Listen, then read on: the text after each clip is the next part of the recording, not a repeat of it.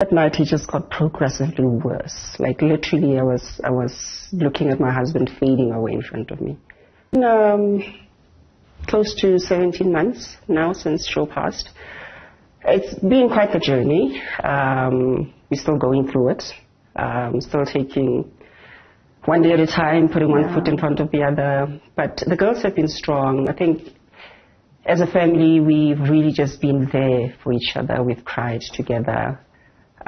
We've comforted the weak when they are weak and been strong for them, and the other way around. But God has been good. I think just with prayer and having friends and family pray for us as well, we have managed to stay strong in spite of it all. Yeah. And nothing is a life-changing moment than a loss of a loved one, because it stays with you forever. It changes the core of who you are. The thing is, we know that death is natural, right? Yeah. It's our way. We're all going there. We just never know when. And when you're a young couple, you're not expecting it. I mean, it's the last thing on your mind. I mean, you're dreaming together, you're planning together, you're building together, and that's literally like the last thing on your mind. That when it happens, it completely disorganizes you, like completely. You don't know you don't know what to feel even. I mean, besides the pain, you literally don't know what to think. You can't see beyond that moment. And I think it took me a while being in that space of who am I without Sho? Because he and I were so close. I literally joined at the hip, and I mean even today, just trying to live physically without him is a big adjustment. I'm adjusting daily. I mean, every day there's something that I wish I could do with him, and he's not there, and then I have to reorganize myself, adjust myself, and go, you know what, he's not here. I know he's here in spirit. I can do this. I have to keep, pep talking myself. I can do this. I can do this. And yeah, a year and almost 2 years later, I'm here. Yeah.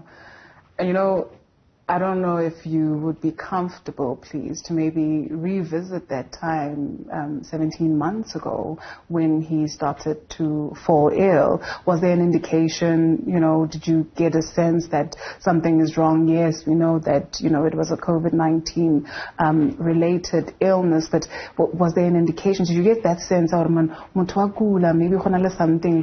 Because sometimes it's like a death happening fast and you're like, oh my gosh, why? But if it's something that has been progressively coming along, you're like, okay, Mudim, what are you trying to show us? Yeah. We both got sick at the same time. I was also very sick. And, he was strong for me, and, seeing how he was strong for me, I obviously thought my husband was strong, And then I think I was like a week in, he started getting, his symptoms just started getting worse. I think he struggled more with his breathing than anything else. And we did little things together. We would take walks. I think I'd walk a bit further than what he could. But we tried to do everything right according to what we knew. And I don't know what happened with Sho, man. I don't know, because he was a healthy guy. So he, I think, was diagnosed on the 26th of June. On the 3rd of July, he was admitted into hospital because I think he was really struggling with his oxygen levels. And that first week was very hard for him, especially because he was such an independent person. But we both had so much faith that he was going to come out of this. It was COVID-19. We know a lot of people didn't make it, but he was strong, he was healthy, he was young. We really thought he would beat this thing. And we spoke about it all the time, that, baby, you're going to beat this thing, you know. And he kept saying to me, baby, we're going to beat this. And it was a we thing, you know. We're going to beat this. And then the next Friday, he was discharged. So he kind of got better. So he had COVID pneumonia. So when his symptoms improved, they discharged him the following week, Friday, after the 3rd. And that night, I mean, I think I'm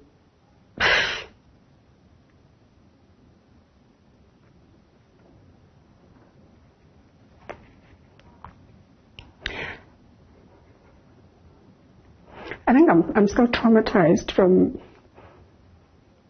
that night.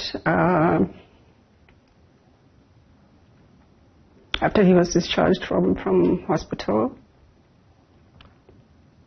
because he was strong, so and he didn't like the hospital show. So to be honest, I think he also pushed to. He felt strong enough to go home. I don't know exactly how he felt, but you know, he put on the front that he was strong enough to come home. That was the longest night of my life, because we were struggling with. So I literally had to monitor his oxygen, because he was still on high flow oxygen even at home. So I couldn't treat him with the oxygen concentrate thing. So I needed the cylinders, because he was on high flow. That night he just got progressively worse. Like literally I was looking at my husband fading away in front of me. Kept calling the doctors that night to say, you know what, I'm not comfortable. I don't think this person is okay. I don't think he should have been discharged. And only the next morning did they come through and readmitted him immediately. But I think that night set him back 100 steps, really, because after that it was literally all downhill from there. It was literally all downhill from there. And then he was in hospital for a month, of which he had been intubated for 2 weeks.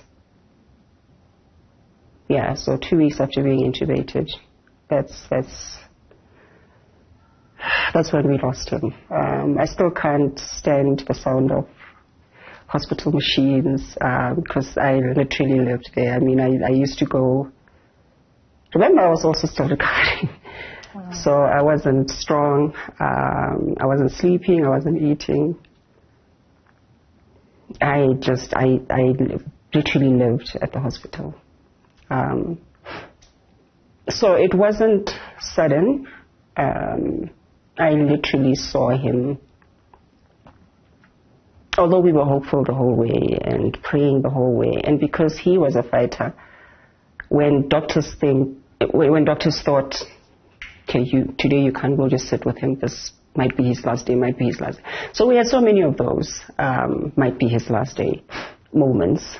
And he always made it through to the next day and made it through to the next day. And that gave us hope. And because I believe so much in prayer, you know, we believed that, you know what, whatever is happening here, I don't know, God, yes, is trying to tell us something.